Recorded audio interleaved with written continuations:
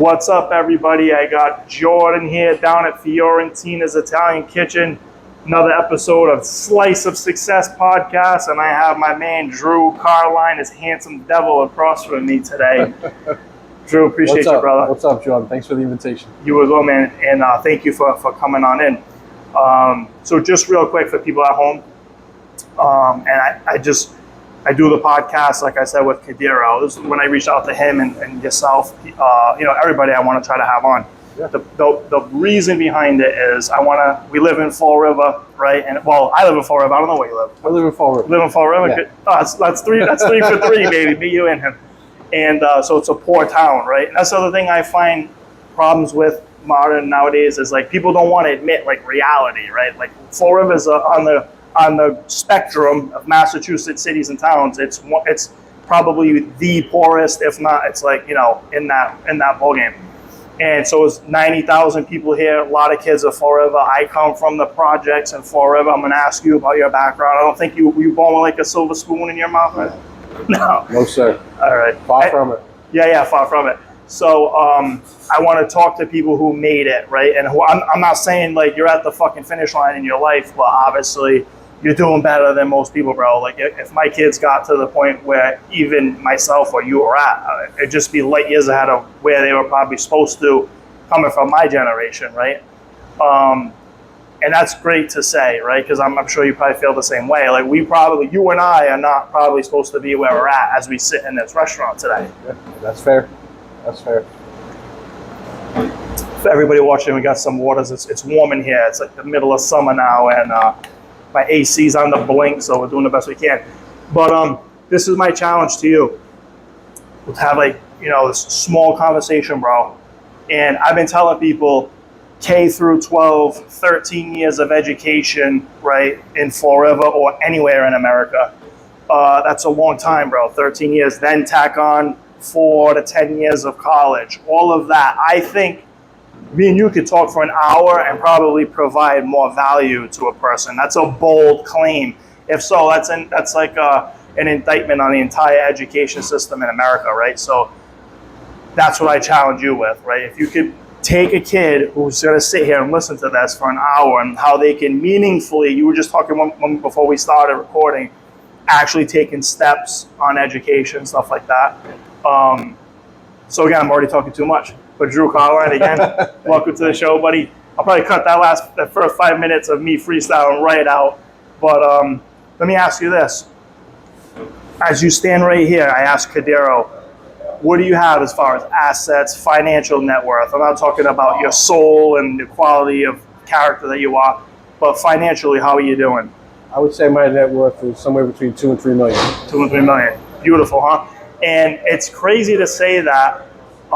So for you to be net worth something like that, I'm assuming you have close to double that in assets, right? If not more. My real estate portfolio is probably somewhere between 5 and 6 million. Beautiful. And I got some other assets. Yeah. I'm curious to hear what's that about. I got some cryptocurrency. Come, you stop it right now. Yeah, I got a little bit of Bitcoin. Good for you, brother. And I own some shares of a local business that I not really. You don't have to disclose, bro. I'm in the same way. Like I don't like people knowing everything, right? Yeah. So I respect that 100%. But glad to hear that, man. That is amazing too. One of the great things is I've done that in the last 5 years. Yes. So it's only 20 years or 40 years. Yeah. Cool. How did you? So let me take when you start as a child again, right? How did you come up? So I grew up in Pawtucket, Rhode Island. Pawtucket. So another comparable to Fall River, right? Yeah. Definitely comparable to Fall River. Same type of. Socioeconomic, whatever the buzz terms are, poor ass people. Exactly. A little bit more diverse. Hell yeah. In Pawtucket. Yeah. I mean, Pawtucket borders Providence to Central Falls, which tend to be real diverse areas. Yeah. I didn't grow up in a horrible neighborhood. Diverse, is that code word for something else? Because you say Providence. I think because what I think of Pawtucket, right? If I'm trying to explain a family member or something, or people from not from around here, like I'd say significant crime, Pawtucket. Hate to put it that way, right? For people who are from Rhode Island, but high crime, high poverty, a lot of different ethnicities in one place, right? Yeah. Kind of like a little bit of a melting pot. So you got a little bit of everybody in there. So that's the area you're from. How was your circumstances personally between you and your family and stuff? Yeah, so I grew up in a single parent household. I'm assuming it was your mom. My mom was a real hard worker. They probably called us lower middle class back then. Yeah. What'd your mom do for a living?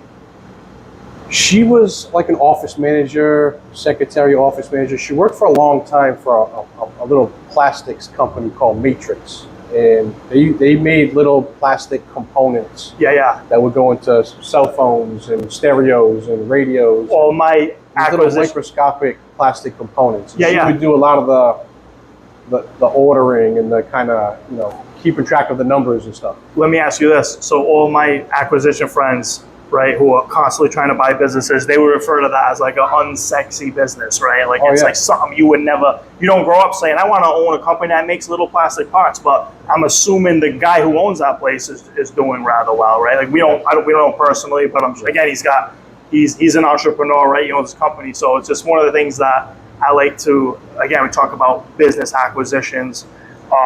It's something that people don't usually think of. I'm like laser focused in that, right? We have like a mutual friend in the trailer business, awesome guy, and like something I never thought I'd get into, but then maybe started thinking I would potentially one day. What's up, brother? What's up? We're open at like 3 o'clock, just so people know. I got Mike, my boy just came in. I'm recording a podcast right now. It's all good. So I'm having people. That's one part of it too, Drew. We have people coming in, awesome. ordering food. We're open at the restaurant, Fiorentina Italian Kitchen. They'll bring out a pizza for us soon. But so your mom's a single family. What was the deal with your dad, if you don't mind me asking? Yeah, so my dad was around. Wasn't heavily involved. I would see, as a young child, I would see him, once a week on Sundays.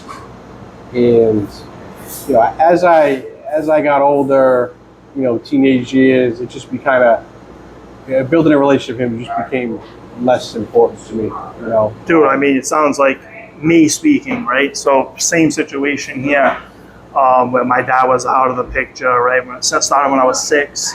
And it's crazy now because, again, my buddy Josh, I mentioned, was going to be coming in to sit for one of the episodes. I have my employees coming in. What's up, girl? But When would we have the fights at the battleship? Oh, last summer? Yeah, I think so. I saw you over there. Yeah, I forget which year it was. I was telling you what. Yeah. She said, I never met you before. I said, yeah, I had the fights at the first time. Sorry, bro. No, you're good. But so again, I got all sort of stuff coming in and out, people coming in and out. But similar situation, right? Going back to my childhood. So my buddy Josh posted recently. He's listening to this audio book, No More Mr. Nice Guy, something like that. I forget the title of it. Dude, so I started plugging away at it, and I'm almost done with it. And fascinating how he talks about that, right? Like a lot of men being brought up without their dad when they were a kid, and like the ramifications, and it's good and bad sometimes. You know what I mean? So it's just fascinating. But I have a similar background, and it's again, I don't know. It's cool now because I know your relationship with your daughter, right? Like it seems like you have her around. So same thing with me. It's like the most important thing, right? Is my kids. And now I saw you posting recently about the legacy aspect, right? Like you take her around and get into that. Like it sounds like you. How old is she, by the way? She's 8. She just turned 8 years old. Just turned 8 years old, right? Yeah.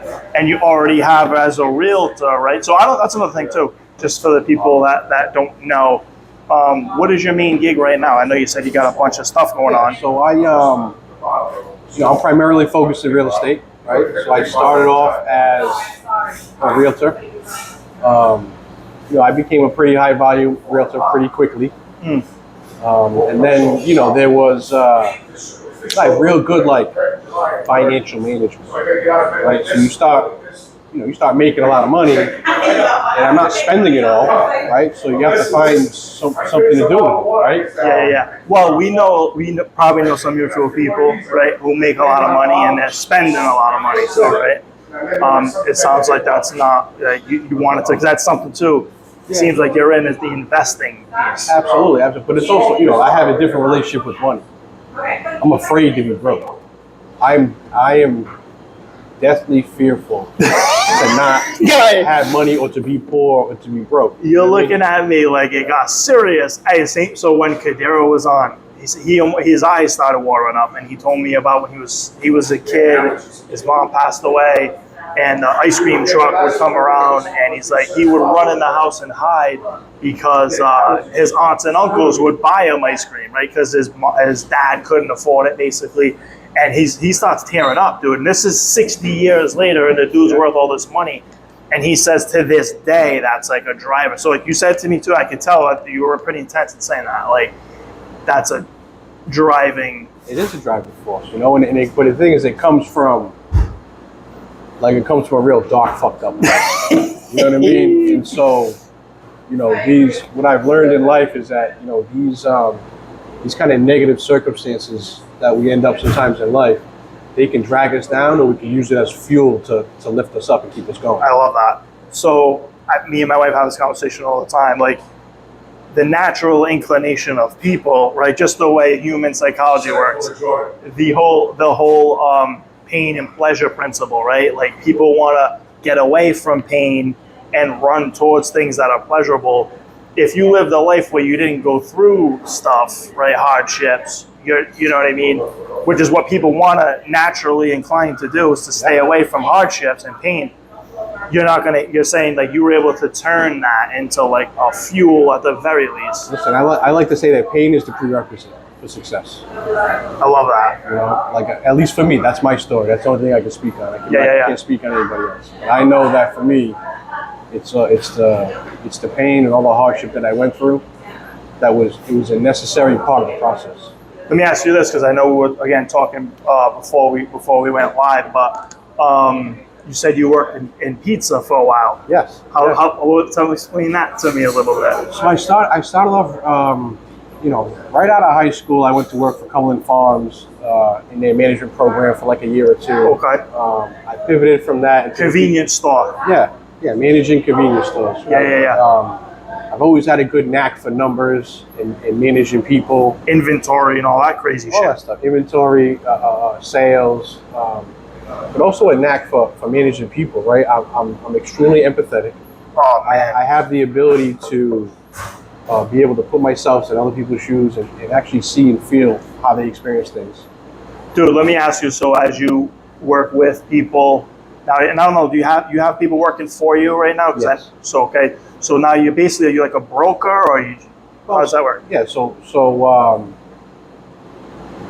right now my primary income comes from probably 40% as a realtor, 40% as an investor that does flips, and the other 10% comes from my real estate miscellaneous, holdings. yeah. Well, my real estate holdings. Got you. Let me ask you this. My units that I hold. How important is it? And again, so I have a similar situation, right? Obviously, we're sitting here in this restaurant where I don't make a ton of money, but it helps, right? And then same thing, I still work a W-2, right, for a financial company. Mm-hmm. And then we have our investments too, right? Our rentals and stuff.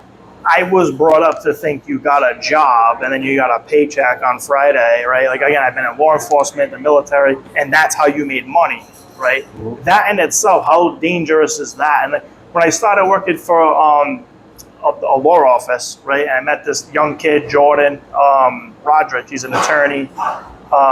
This kid came in at 23 and had maybe 5 income streams, right? And I'm like 15 years older than this kid, and he's teaching me that, and I learned that from other people as well. But he's the one who's like, yeah, I learned from a young age. His family owns a very successful towing company, so he came up with that. And they do like this billing company, and they teach tow companies. So he learns this whole thing his family comes up in, and he turned it into so many things. Now he's an attorney who also fights insurance companies. You know what I mean? So how important is it to not just have the one stream of income? Yeah, no.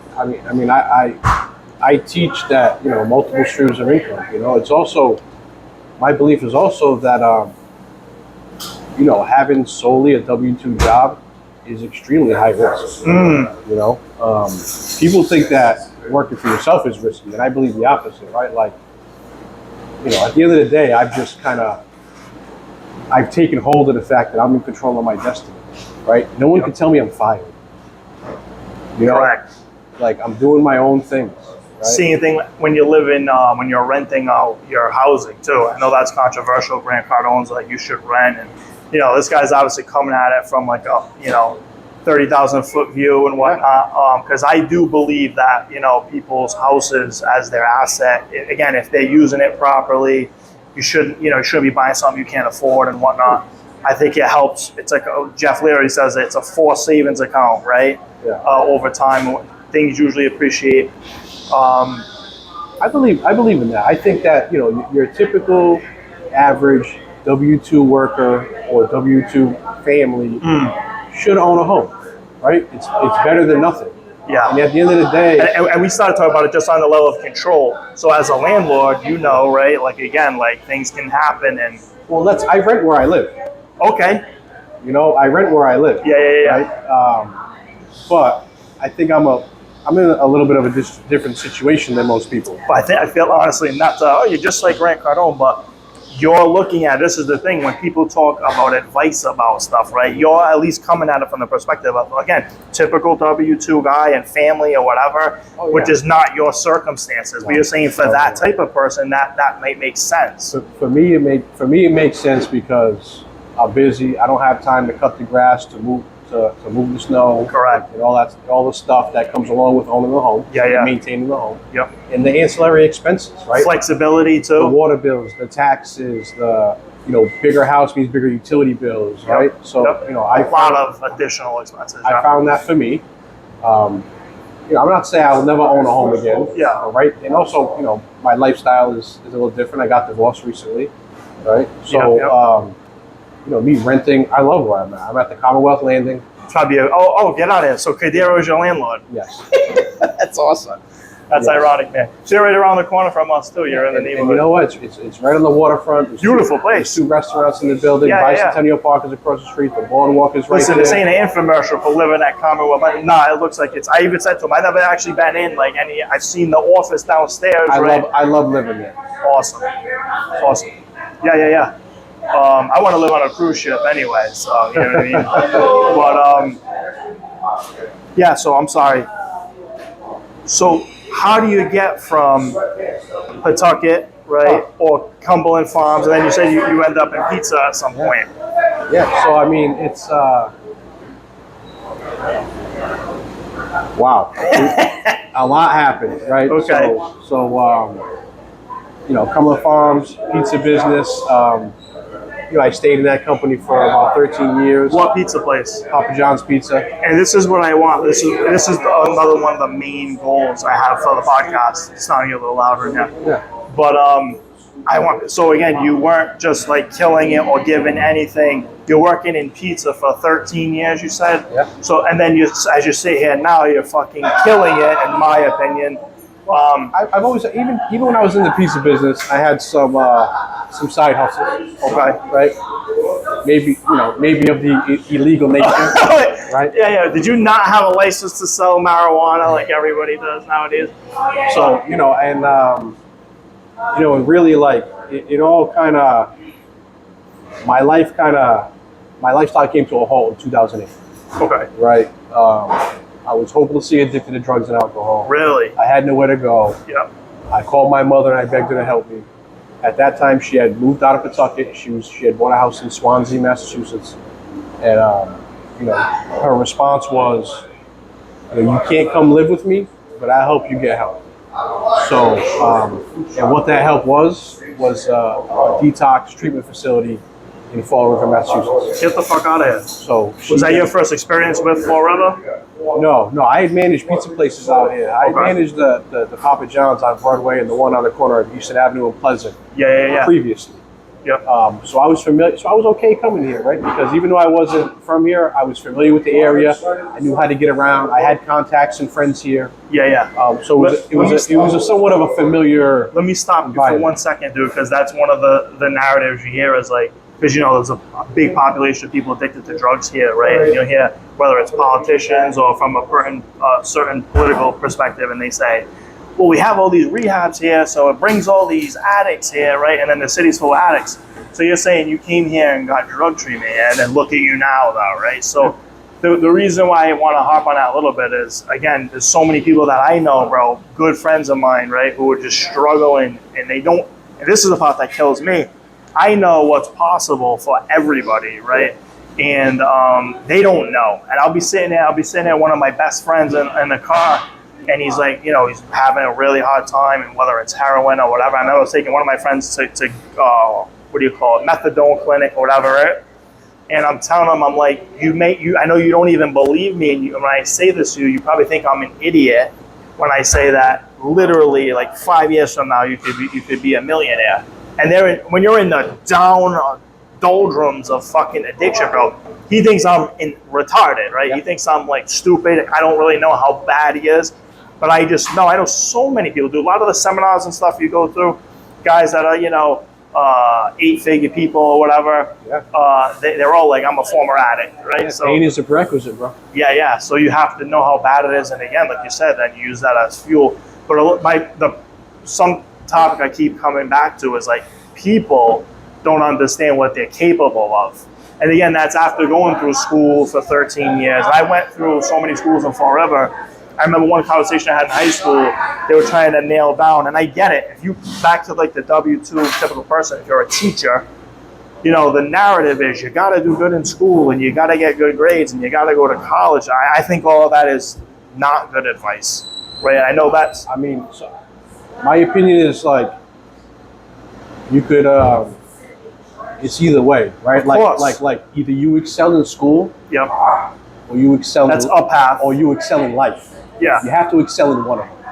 Oh, wow. Right? Like you can go to school and get educated and be a B student and be a doctor and be a lawyer and become a professional and live it, you know, as long as you do the right thing with the money once you earn it, right? That was going to be my next point. You can be successful, or, you can be a C student. I was watching an Instagram reel the other day and it said, A students end up working for the government, B students end up working for big corporations, and C students are the ones that end up being entrepreneurs and start their own businesses. And so it's funny how the B students end up working for the C students. Yeah, so let me stop you there. If we're gonna go Instagram for Instagram posts, I saw one of your posts showing you on your desk, and I love it. I don't have any there. I got one book by Kiyosaki up there now. I think it's like Cash Flow Quadrant or something. But I seen on your desk you had like 20 copies of Rich Dad Poor Dad, bro. And I give them to all the people that work here, which only real recognizes the concept behind that, right? So that book basically says don't have a 9-to-5 job, and I give it to people who work for me, right? Which is kind of, I feel that's like a boss move. Yeah, I feel like that's a boss move, because even everybody who works with me, and again, I work a W-2 job still, I tell everybody that, again, like Jim Rohn, right? He says work your 9-to-5, use your nights and your weekends working on whatever you're passionate about and good at. And it's like the three criteria is you have to love it, be good at it, and be rewarded for it in the marketplace. And then at some point over time, doesn't matter how long it's going to take, it could take a year or 10 or 20, like Ray Kroc, or 40. Yeah. At some point it'll pay off, right? And even if it doesn't, bro, I'd rather go out that way. I'd rather die trying that route. I like the Jim Rohn philosophy. Build something on the side.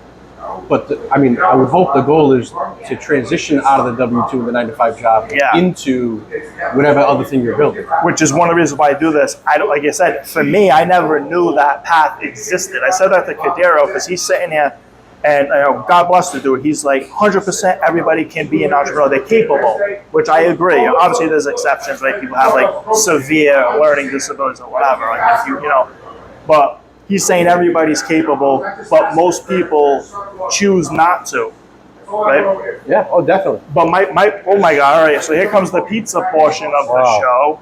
Wow. That's That's a looks steak good. Alfredo. Yeah. I know because I'll say this. It looks like it's way too many calories. We'll let it cool off. The buzz, one of the buzz terms we use is congeal around here, and that'll probably burn the roof of your mouth. Thank you, baby. Jen, you should hop on camera. We'll probably get a lot more views. How beautifully look. I'm only kidding. You're good. But pizza looks good. So we went with that's a steak Alfredo pizza. Have you ever tried that here? I have had this. All right. I have had it here. All right. You can let it chill when we can get to it. But yeah, that looks and smells great. I forget what we were talking about. The Kiyosaki stuff. Yeah. So I saw all those books on your desk. So who are those for? So I've been doing some classes and some kind of talk seminars type stuff at Keller Williams. Yep. That's the real estate brokerage that I work with. Yep. And so I started doing those September of last year till I'll say through I think March, and then in April and May I kind of pivoted and I almost treated it like a book club. And we would listen That's fascinating. We were listening to the audio as a group, as well as reading along. So I bought all those books for the people who attended that class. That's awesome. And then I let them keep them at the end. Yeah, of course. And I saw you say previously, like that book in particular, right? So I tell everyone. I think when was the first time you were exposed to that? 2014. So 2018 for me, right? It's kind of funny. It's like one of those things that you can kind of go right back to, right? Because it was a pivotal moment in my life, dude. I was working at a law office, right, for 5 years.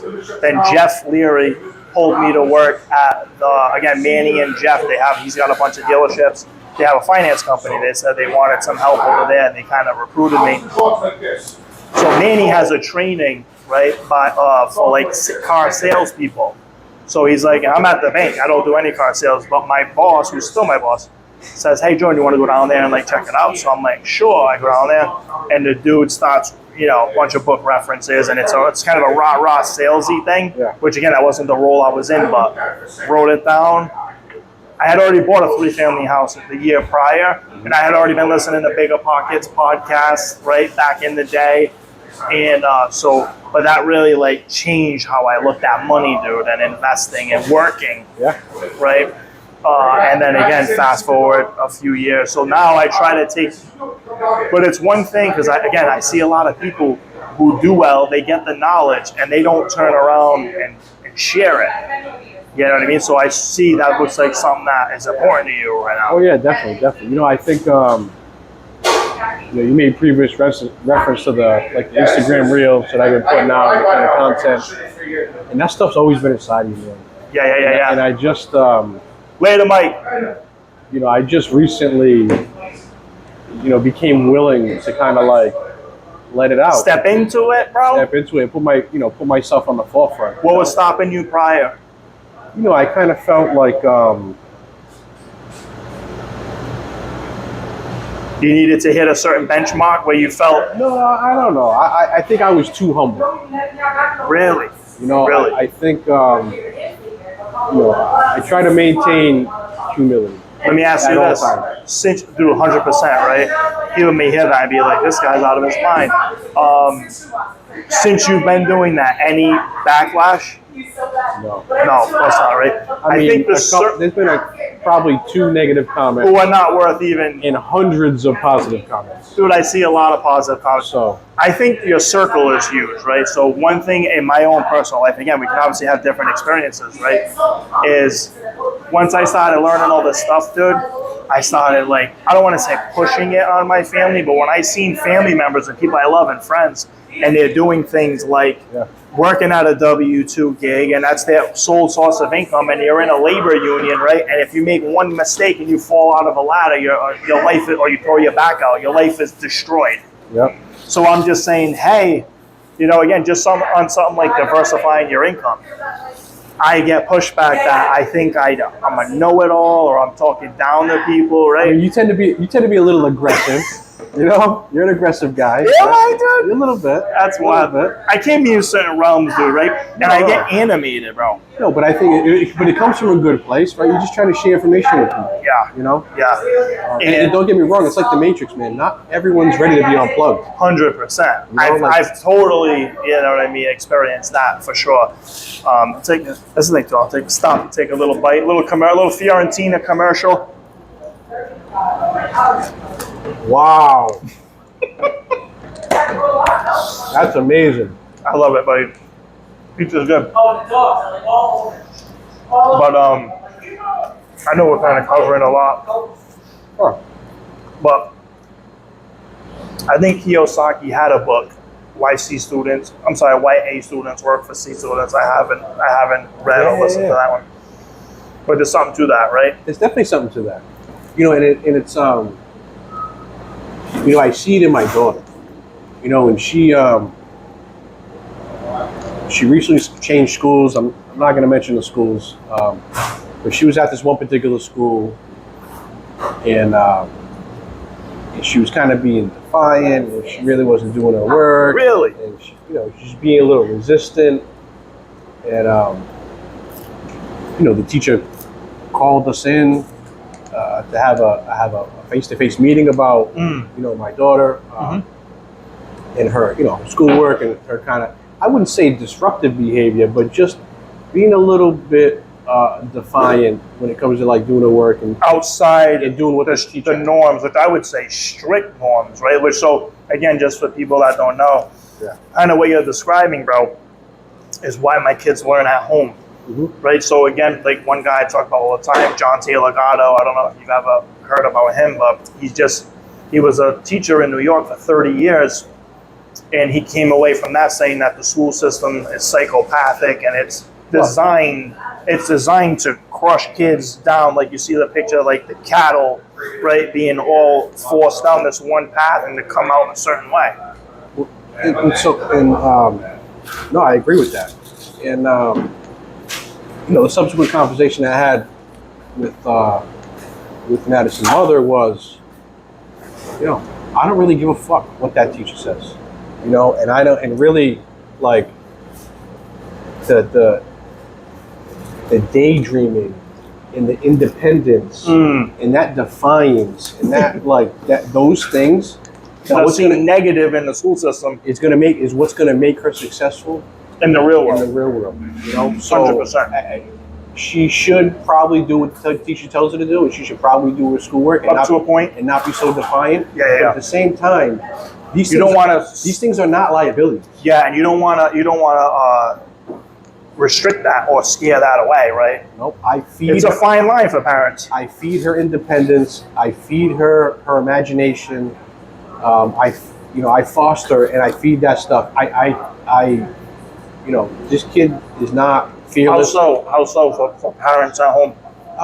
Little things like when she's, you know, at the jump park and she's doing all these crazy things, or when she wants to jump down from a height. You don't say, "Oh no, you're gonna sprain your ankle." No, I tell her, do it. You know what? And if she sprains her ankle, she'll learn. It's okay. Yeah. She's not gonna die. No. Yeah, I feel like as a country, dude, we try to wrap our kids and you know, so if I had to summarize that, I would say that I push her to do hard things. 100%. You know, and I constantly push her to do hard things. And sometimes lately she's been saying, I can't. And I teach her, bro, you don't say that word in my house. Bro, my son, he's 10. He approaches me one day and he says, Dad, I want to start working out with you because he sees me working out. So if I'm a dad that I don't... I saw that on social media. Yeah, so if I don't work out, he doesn't have the example, first off. It doesn't even enter his head. Maybe he sees on YouTube, hopefully, or something, right? I've been working out for years, too. The other thing is not like you just throw something at the kid and he's like, runs with it. 3 years he sees me working out before. Now he's 10, he's a boy, maybe he wants to look a certain way, right? This morning, bro, we're lifting, we're doing legs this morning. My 3-year-old comes in, does 7 push-ups, because same thing, like whether it's because I'm their dad and they want to kind of show out. You're exposing them to. You know? But so my 3-year-old, bro, I'll show you the video, right? Drops and does 7 push-ups, right? My son is getting down doing squats in my Smith machine. he's down and he's holding it for like 3 and 5 counts, like at the bottom, right, coming up. But we've been having this conversation because he'll say, like, something will tweak. And I tell him, like, Wyatt, if you sprain your wrist, if you hurt yourself while you're doing it, or his hair will get in his eye, it's like, bro, distraction. Don't stop, right? Don't even let it bother you.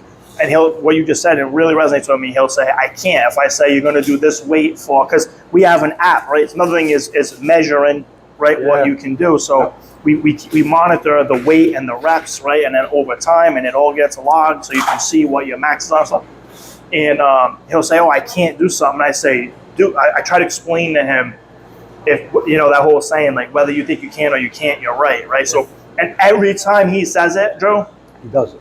I say, you can't do what? And he tells me, and I say, all right. And then I get him to do more. Like he says, I only can do 15, and he does 20 reps. And I'll say, to show him, it's like a Goggins thing. Like when a normal human thinks they're tapping out, they really hit like 40% of what they're capable of. Like if someone put a gun in your head and say, now you have to run 50 more miles, you will. Yeah. It's whether we don't believe it or we just quit on ourselves, right? So I'm huge on my son telling that, like, when he says I can't do something, and I always pointed out that absolutely he can, because he does it, right? Every time he says I can't do something, and to show him. And then I told him, I said, why, it's good with me in here doing that with you. The next level is you don't need an external person. Exactly. You need to recognize when you say I can't do something as a trigger, and then almost challenge yourself and say, now I'm definitely going to do it. You know what I mean? Like if he thinks I can't, if he hears himself say, oh, Dad, I can't, he needs to himself recognize he thinks he can't do something and then crush through that. You know what I mean? And again, 10 years old, your daughter's 8, bro. And I think that's amazing, right? Like as dads, as parents, we're already starting this at a young age. And again, I think there was a time, Drew, when I dropped my kids off at the school and almost delegated the educational piece or the whatever learning and maturity that I'm going to drop it off. And they never went to public school. I'm a huge critic of public school, but even at the other schools I was sending them at, right? It's like you can do that. I get it. Like everybody has different circumstances, but you need to supplement what's happening in the school, bro, right? Like with real life stuff. Like you can't, which just seems like, again, you have your daughter going walkthroughs and like, tell me about that. And I kind of. Yeah, I mean, she's with me everywhere I go, right? I have her about 4 days a week, right? So I don't, I try not to, like today I have her, right? So I have somebody watching her. Yeah. Coming here to could have had her sit in your lap. I could have. I mean, she would have been doing cartwheels and, and probably knocking stuff over, and she can be a little rambunctious. Good. But again, I feed that. I don't dim that or dull that. Mm-hmm. Because you want her to be a killer. I want her to be respectful. Yeah. Right? But I'm not. You want her to be an animal. To dull or shine. In the realm of, again, I think the other thing is, I had this conversation with Kadzero, the difference of having a son or a daughter, right? Like he's like, I don't have any sons, and people, whatever the kind of thoughts are behind that. Like, look at Ivanka Trump, right? Like it doesn't matter that it's a daughter. You don't want her to go work for someone, right? Never. Maybe in the beginning, like you say, never, right? So even that, like I throw like jobs at my son to earn money and know that it sucks to only do that, right? Yeah. Again, like to feel the pain of it.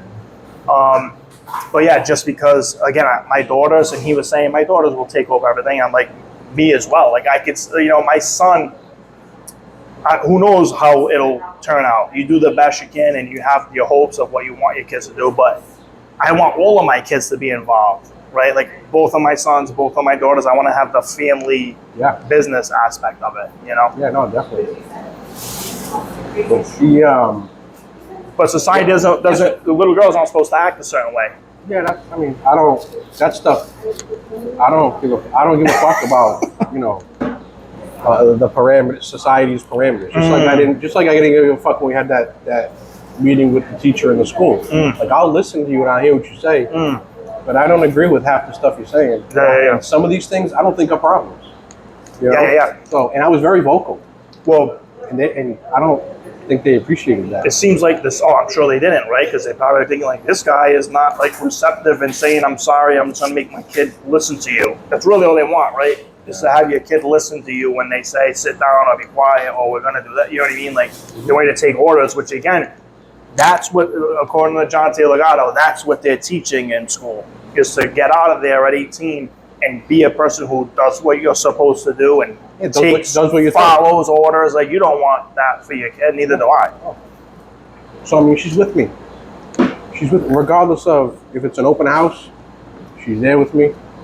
I'm on, showing properties to buyers. She's there with me. If I'm looking at houses to flip, I mean, vacant, funky houses with, leaky pipes and rodents and all types of, like, she'll make comments like that. Are there rats in the basement of this one? Or, like, you're not afraid she's gonna get like tetanus stepping on a nail or something? We're okay. We're all right. I'm watching her.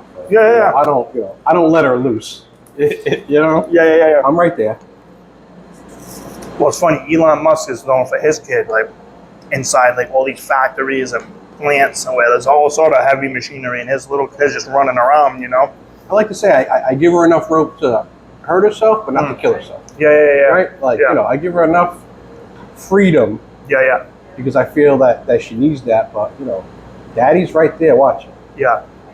So let me ask you this, and again, you say you come from a point of, I didn't even know like the drug and alcohol piece, but basically as low as you can, as a human can be, as low as an adult can be, and you've gotten to this, how'd you get into, like, how'd you even come across Rich Dad Poor Dad and the real estate stuff in general? I'm not sure where I came across Rich Dad Poor Dad. I have no idea, but I know that got in your hand somehow? Somehow, and I had the audio like on file, like an audio file, and I would listen to it on my computer on repeat. I mean, in a year, I must have listened to the book 12 times. Come on. I was just so fascinated by it. And concepts. It changed the concepts, and it changed my perspective on things so much. And yep. I believed it was something I could do. Mm-hmm. Like I really believe that, this narrative and what this guy is saying and teaching, like I can do that. Same feeling, right? But it's funny because first couple things there, audio, right? I'm huge on audio books, right? I just started recently this thing, Blinkist, where they kind of shrink a book into like 15 minutes or something, right? The Cliff Notes. Yeah, right? Like Cliff Notes, they call it a digest or whatever. I haven't even dabbled with it yet, but again, to try to increase what I'm doing. But I just finished this book. I think it was The Only Skill That Matters by this guy, John Levy. And he's like teaches speed reading or increasing your memory and basically how to learn, right? One thing that struck me when you said it, I've listened to this book 12 times. Another thing that we're taught in school, bro, is like, this is what you go over, and then once it's done and you get your grade and that thing gets burned, right? No one's going back to that stuff. That's not how our brains work, right? He calls it spaced repetition, going over something over and over and over, and over time, right, helps you retain it, and and obviously you're adding the value that you place on it. It's like, this is important. You're gonna. Now, again, we talked before this thing started, it's one thing to learn or know anything, but then it's like, you got to now stop putting your skin in the game. Action. Yeah. And that's where most people, I would say, most people don't succeed, not because they're not smart, not because they don't have great ideas, because they lack action. Yeah. And it's funny, going back to something we said earlier, too. One of my houses right now, you and your former partner, Bruno, Yes. Represented me as a buyer's agent, house that I bought out in Rhode Island, and the mortgage to this day is like $1,600 for the apartments. On a 3-family, it's like $1,800 each. So that was obviously a good investment. The thing tripled in value. Bought it for maybe $2, maybe it's worth $6 now, or similar. Yeah. Happened to like all my houses. I'm assuming you had similar experiences with the apartments that you buy. I did. Yeah. So again, we're sitting here and like, thank God this all happened, and that's why that's my biggest driving force, bro, to get this stuff out to more people. Right? Is I just seen what it did for me. It was the most critical thing in my own personal success, and again, I'm nowhere near feeling like I've done well in life, or like I still have that. I don't have a concern about losing it or whatever. but I definitely have such a drive that what I have now is nothing, right? Like I need 10, 100 times what I have, and I don't know what causes that. You know, honestly, I don't know, because then you have so many people, bro. They don't have that drive, right? They're like, I get my paycheck on Friday. If I'm able to go on vacation maybe once a year or something with my kids, I mean, that's kind of it. You know what I mean? And they're okay with that. And I've been saying a lot of people live in like denial, right? That's an acceptable existence, you know? But back to the rich dad thing, how I interpret that is like, all he's talking about is how people have been getting wealthy forever, for thousands of years, right? Whether, you know, you're investing, right? Or whatever, entrepreneurship. But again, the part that's such a light bulb in that book is he's just explaining it to people. Because again, you go to school, that's not taught, right? Like, even in college, even in like me and my wife took plenty of business classes in like whether UMass or BCC or wherever, and it's just not, it's not really back to practical, right? It is no application. In college, it's all theory and all textbooks. You're not walking through houses and evaluating them and talking about getting deals under contract and, you know, relocating human beings or all the shit that comes with it. There's so much to it. So basically, real estate, you have to go out and just do it. Yeah. Massive action. Massive action. That's a great concept. Is that something that's worked for you? Yeah. Yeah. And you said, I heard you say recently, you don't have any days off of the work-life balance. You're all full out. I'm all in all the time. I just spent 4 days in New York City, and yeah, I wasn't working every minute of every day, but I was working. I was reachable. And my phone was on. And I was replying to emails. And I was talking to clients. And I was writing up offers. And I was, you know, talking to my property manager. And I was doing everything I would normally do in the course of a business day when I was here in Massachusetts. Yeah, that's fascinating. And I agree. That's another concept too. We're kind of sold on is like this 40-hour work week type thing. You know what I mean? Like if you're already thinking along those lines, like, oh, I had to work 50 hours this week.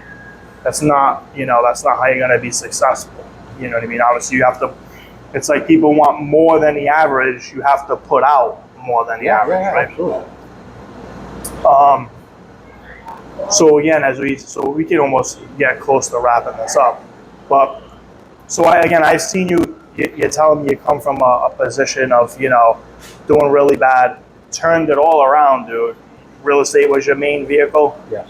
And then you said education, basically, not conventional education, right? Like where did you learn the real estate from? How did you get all this education? Yeah, no, just by experience, just by doing it, you know. What about like with people and mentors or connections and networking? How that rolled? Yeah, so you know, when I first came in, so I got licensed in real estate in 2018. I did one deal that year, and then in 2019, you know, I met Bruno Pereira, you know, and a mutual friend of ours, a good buddy Bruno. He put me on, man. Come on, really? Was it like under the wing? Took you under the wing type Took thing? me under the wing. And Come on. So he was already there. He was already actively. He was starting, but you know, he came in with a very good foundation. You know, he had his own marketing company, right? So he had a lot of contacts and a big sphere of influence and a lot of relationships here in Fall River. One more. You know, but he wasn't, you know, he couldn't get it all done. He was only one person, right? And so, you know, I kind of came in to like, learn and do at the same time. I was Robin to Batman, right? Yeah. At Awesome. the time, and I came in like really as a sidekick, and you know. Do you recommend that for people? He didn't necessarily teach me real estate, but he, I mean, social media marketing. I learned a lot from him. Nice. And he was also like a connector. He introduced me. Plugged you in. And I plugged me in. I built a lot of relationships. Now here's the thing, Drew. Had he just done that and you were a knucklehead, it wouldn't have mattered. No. I had the drive, the tenacity. You know what I mean? Like to hand the baton. He used to throw me alley oops. Yeah. But listen, I had to dunk them. Hell yes. You know what I mean? And I had the, you know, when you got people calling you, you're answering your phone, right? Yeah, you know, absolutely. Follow-ups. I had a 7-day work week. You know, he threw deals at me, and I had to close them. Yep. You know, but he put me on. I felt like at that time you guys had a massive like yin and yang type thing, Yes. right? Like in Yes. the synergy, bro, right? Like that. Yeah. That was awesome because again, you guys represented me and helped me take down at least one property. So that was great. You know what I mean? And now at this point, you guys basically split ways in that regard. Yeah. You know, it's relationships start and relationships end. Yeah. And whether it's family, marriages, business, A million reasons. it's it's okay. 100%. Yeah, it's not a bad thing. We went on and we opened a brokerage. Yeah. A Century 21 Limitless brokerage. I remember that. Yeah. And then it was good in the beginning, and then it wasn't so good, and it came a point in time where it just didn't work anymore. And that, I like to say that you do what works, right, until it doesn't work anymore, and then you go do something else. Change isn't bad or a death sentence, dude. Listen, life is fluid. Yeah. Business is fluid. Yep. I'm not a rigid individual, right? I just I got a real deep spiritual sense. You know what I mean? So with most stuff, I just go with the flow, right? I have a real good sense of where the universe is guiding me. Yeah. Right? Are you talking like literally like a religious thing or spiritual? I'm not religious. But you feel there's something greater, a higher power. Because I kind of feel the exact same way, right? So again, another book I tell people that might even be up there is Stephen Pressfield, The War of Art, and he talks about the muse, and all these different religions kind of have their own kind of terminology for it.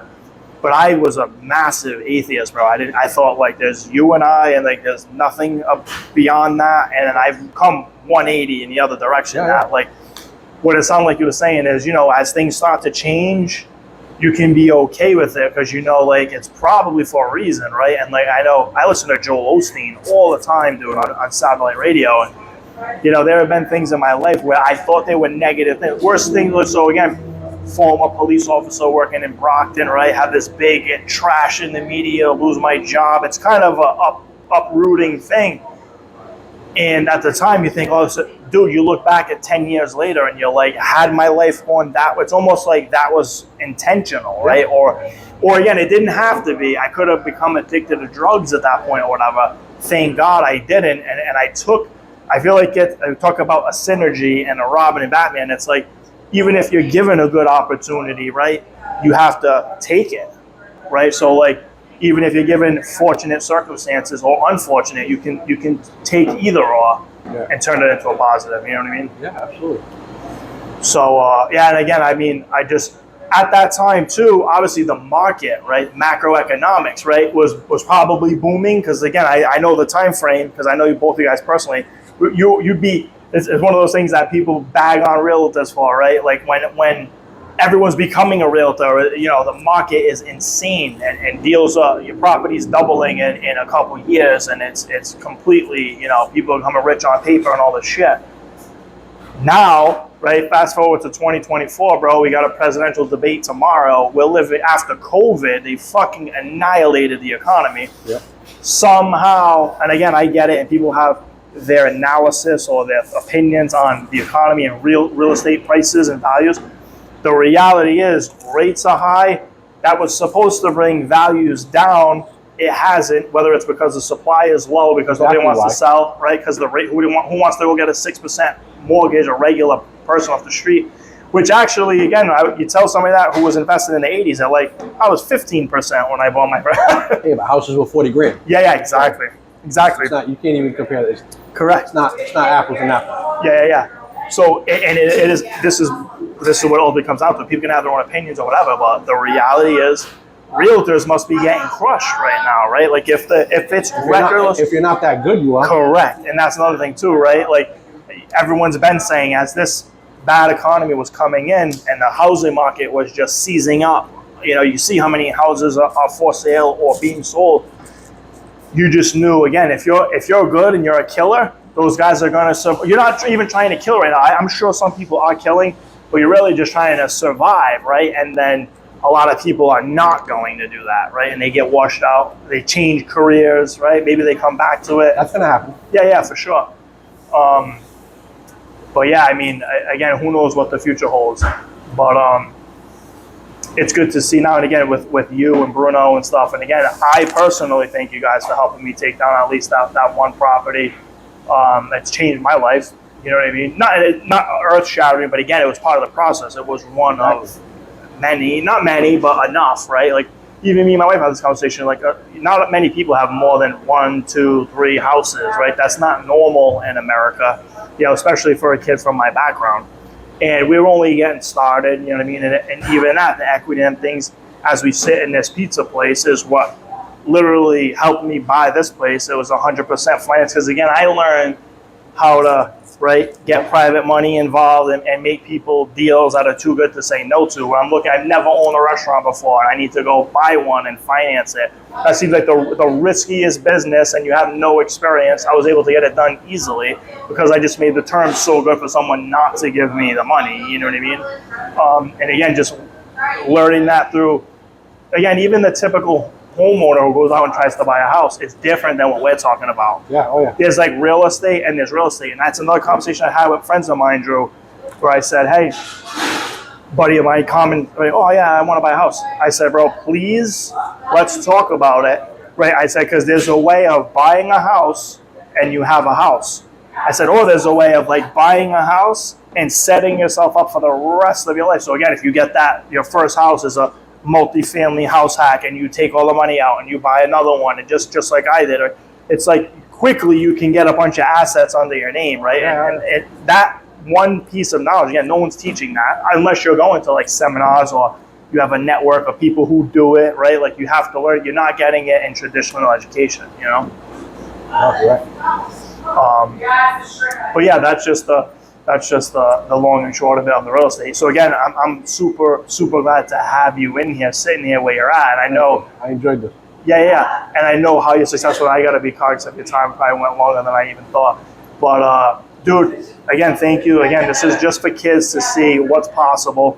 You know what I mean? Can people? Let me ask you this: can people reach out, like if they have questions on social media? Because I see you taking that coaching role, right, for people, and they say, hey, I want to get involved in this. You know what I mean? How can they reach on social media? Absolutely. They can find me on Facebook and Instagram.